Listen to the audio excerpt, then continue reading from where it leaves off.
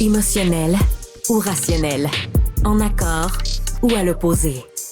Les rencontres de l'art. Alors, nous en avions parlé hier, on l'avait annoncé avant-hier, on n'en a pas parlé hier et nous en parlerons aujourd'hui car c'est un sujet essentiel, la situation des garçons québécois à l'école, c'est-à-dire qui sont aujourd'hui frappés d'une forme de déclassement. Comment l'expliquer, comment le comprendre? On en parle avec notre analyste politique qui se transforme le temps d'une chronique en sociologue, Emmanuel Latraverse. Emmanuel, bonjour. Je ne prétendrai jamais être sociologue. D'accord, d'accord. Je t'accorde le titre, le temps de cet entretien. Alors, on le voit, c'est une préoccupation qui monte en ce moment. C'est-à-dire, on se demande qu'est-ce qui est arrivé à nos gars? Qu'est-ce qui leur arrive? On voit qu'ils sont déclassement scolaire. On voit qu'à l'université, ils sont sous-représentés significativement. Et on voit les suites de ça, ne serait-ce que pour les relations entre les sexes, on y reviendra. C'est-à-dire, ce déclassement social aura des conséquences. Donc, ta première impression devant ce phénomène, c'est on s'inquiète pour rien? C'est une tempête dans un verre d'eau? Ou c'est un phénomène Non. social inquiétant? Ben, c'est un phénomène social inquiétant, puis c'est un phénomène économique inquiétant. Hein? Parce que les gens qui n'ont pas de diplôme d'études secondaires gagnent en moyenne 10 000 de moins par année. C'est des gens donc qui sont moins éduqués, donc qui, au fil et à mesure que l'économie se transforme, sont moins susceptibles de pouvoir se qualifier pour des mises à niveau, des nouvelles formations, donc pour suivre l'évolution du marché du travail. Donc, c'est des gens qui sont à risque d'être déclassés socialement. Mais non seulement ça, sur le marché du travail, ils sont plus vulnérables et donc, ils finissent par coûter plus cher à l'État en termes d'aide, de chômage, d'aide sociale, d'appui au loyer. Pense à la pléiade de programmes d'appui aux revenus, etc. Puis quand on parle de créer de la croissance économique pour financer nos programmes sociaux, ben ça prend une main-d'œuvre et une partie de la société qui est capable de contribuer à cette nouvelle économie. Et si 20% des garçons décrochent, ben, c'est un immense bassin de main-d'œuvre, de talents pas exploités qui vivotent, qui se marginalisent. Et donc, ça a d'immenses conséquences sociales. Moi, je pense que c'est cette espèce de déclassement des garçons des petites classes moyennes et ouvrières qui a mené, entre autres, à la radicalisation aux États-Unis et à la montée en puissance de Donald Trump à ses débuts, je le spécifie. Et donc, oui, c'est un problème très grave. Moi, ce qui me surprend, c'est qu'il y a une époque où on en parlait énormément.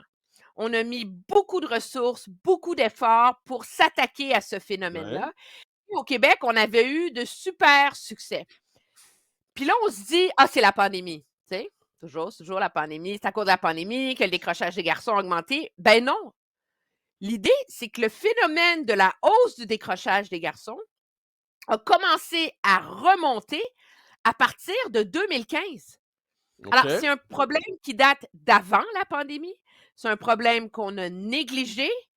Et pire que ça, c'est un problème auquel on n'a même pas les moyens de s'y attaquer de manière intelligente au secondaire avant qu'ils décrochent, parce que les données qu'on a sont toujours 2 ans en retard. Mais alors, tu as une approche politique publique que je comprends, mais il me semble qu'il y a des phénomènes culturels ça fait un moment quand même qu'on a identifié ça. Les jeunes garçons ont tendance à croire à la compétition.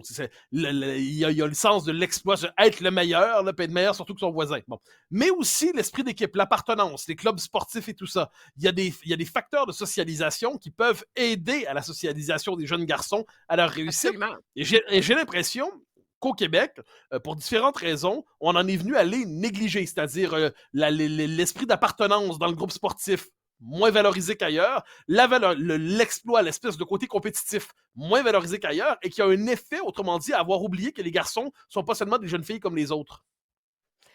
Est-ce qu'on les a négligés volontairement ou est-ce qu'on les a négligés par défaut? Tu parles, par exemple, du phénomène de l'appartenance sportive, du dépassement de soi, etc. C'est sûr que pour beaucoup de garçons, pas tous, mais ça passe par le sport, hein?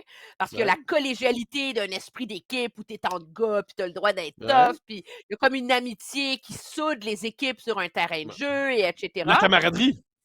La camaraderie, absolument. Mais dans un contexte où le sport est sorti de la ruelle, hein? Ouais. est devenu institutionnalisé. Alors, d'une part, il faut que les parents aient les moyens de payer pour ces clubs sportifs-là. Et d'autre part, on a formé des élites sportives avec les concentrations sportives dans les écoles qui exigent qu'un jeune, pour participer à ces activités-là dans une école et profite d'un encadrement supplémentaire, se qualifie, donc ait un certain talent, puis il y a les coûts qui viennent avec. Alors, c'est comme si à vouloir s'attaquer à ce problème-là, on a fini par marginaliser davantage les garçons qui en avaient le plus besoin. Parce qu'on Ouais. s'entend que je ne suis pas sociologue et je n'ai pas les chiffres sous la main. Mais mon petit doigt me dit que les garçons qui décrochent de l'école, ce ne sont pas, en majorité, ce ne sont pas les garçons de la haute classe moyenne dont les parents ont les moyens de dépenser des milliers de dollars par année à les inscrire dans 250 millions d'activités sportives. Et la réalité, c'est que pour énormément de garçons, c'est la porte de salut, c'est la récompense à l'effort scolaire. Moi, je peux te donner un exemple très, très clair. Le fils de mon mari, qui est un petit garçon normal, pas particulièrement doué à l'école, etc., quand il est rentré dans le sport-études à l'école, tout d'un coup, il s'est mis à réussir, mais d'une façon dont il n'avait jamais réussi à l'école avant. Puis qu'on lui demande, mais qu'est-ce qui est arrivé, David? Il dit, Emmanuel, il fallait que j'aille à l'école 4 heures par jour. Puis si je réussissais bien, après ça, je passais l'après-midi à jouer avec mes chums. Et ça, lui a eu le privilège de parents qui sont capables de s'occuper de ça, mais Ouais. morale de l'histoire, tous les mécanismes de valorisation, les outils simples qui Ouais. n'exigent pas des logs, une intervention thérapeutique désagréable pour les enfants, mais on finit, je crains, je pense qu'il y a probablement des études là-dessus, mais par être canalisés finalement auprès des classes plus moyennes, plus aisées, qui, eux, ont les moyens de ça, où finalement, les garçons les plus vulnérables, eux, finissent par être en marge et abandonnés par les outils les plus simples pour les aider. Alors, je t'ajoute un facteur, tu me dis ce que tu en penses. Moi, j'ai souvenir, je suis né en 80, je me souviens de la publicité des années 90-2000 où globalement, l'homme était toujours un imbécile. L'homme, c'était le crétin. L'homme, c'était le niaiseux. L'homme, c'était celui qui n'était pas capable de faire quoi que ce soit de ses 10 doigts. Et donc, c'est une forme de, à l'échelle de l'histoire, on peut y voir une forme de revanche, là, c'est-à-dire la bête humaine est ainsi faite que les rapports sont pas toujours pacifiés. La disqualification des modèles de valorisation masculine qui passaient, qu'on présentait comme étant agressifs, autoritaires, violents. Et là, le point culminant de tout ça, c'est des concepts qui reviennent à frapper même la masculinité toxique et ainsi de suite. Est-ce qu'il n'y a pas quelque part dans tout ça une forme de guerre, ou peut-être pas de guerre, mais d'offensive menée contre les références masculines élémentaires qui permettent aux jeunes garçons aujourd'hui de devenir un homme? Es-tu en train de me demander si je trouve qu'il ne faut pas lutter contre cette espèce de leadership masculin à coups de pied dans le cul, à dire au monde qu'ils sont des nuls, des épais, puis qu'il faut Est-ce que être j'ai dit tough dans ça? la vie, là? Ben, Il faut être tough dans la vie. Il faut être tough violent, dans la vie. autoritaire. Non, Non, non, mais non, j'ai dit qu'on le violent, disqualifiait comme oui, ça. mais On l'a c'était dit. ça. Non, on le disqualifiait comme ça. C'est-à-dire que des modèles, tu sais, le grand professeur, le héros, le chevalier, Ils sont l'aventurier, tout encore ça. là, les grands prophètes. Regarde les films qu'il y a au cinéma en ce moment, puis que tout le monde Ouais, applaudit. Timothy Chalamet dans Dune, c'est pas une mauviette, les plus beaux héros. Ah, grave, il y a une fille qui est aussi courageuse que lui. Moi, je comprends que ces tendances-là se sont peut-être manifestées dans les facultés de sociologie, d'études féministes, que ça qui ont circule une maintenant. influence sur la société en passant. Je veux dire, c'est pas, Oui, ces facultés-là, ça percole dans la société. Leur concept colonise la vie sociale. oui, mais dans la vraie vie, là, la réalité, c'est que dans ce rééquilibrage-là, premièrement, il y a eu un changement. Moi, je pense que ce que tu dis et ce dont on ne parle pas, c'est qu'on n'est plus dans un phénomène où les hommes gagnent systématiquement plus que les femmes. Et on est dans un phénomène où de plus en plus de femmes gagnent davantage que leurs époux. Et la réalité, c'est que même à ce jour, pour des hommes modernes, qui ne sont pas des hommes de Cro-Magnon, c'est un phénomène qui est parfois difficile à digérer en termes de valorisation masculine. Mais moi, je ne suis absolument pas prête à dire que l'homme est dévalorisé dans notre société d'aujourd'hui. Prends par exemple, c'était la journée de la femme le 8 mars il y a quelques semaines à peine, et n'importe quelle entrevue que tu as entendue avec des grandes femmes qu'on admire, qui sont fortes, qui ont du leadership, qui incarnent cet accès à l'égalité, maintenant, les femmes ont accès à ça, pas en pilant sur la tête des hommes et en Je les comprends. traitant de toxiques et en s'érigeant en faux contre le potentiel de la culture du viol. La réalité, c'est que toutes les femmes qui réussissent aujourd'hui vantent les qualités des hommes qui sont derrière elles. Alors moi, je pense qu'il y a un rééquilibrage là-dessus. Peut-être qu'on ne le met pas assez en valeur. Ça, je suis prête à te Ben, l'accorder. Peut-être moi, qu'il je vais faut le beaucoup plus faire loin. Non, davantage. moi, je Ça, pense qu'il y a une guerre contre le masculin. Attends un instant, moi, je vais beaucoup plus loin, mais je crois qu'il y a une guerre contre la masculinité aujourd'hui. Les concepts de masculinité toxique, dès lors qu'un désir s'exprime, on l'entre tout de suite dans la culture de l'agression et du viol.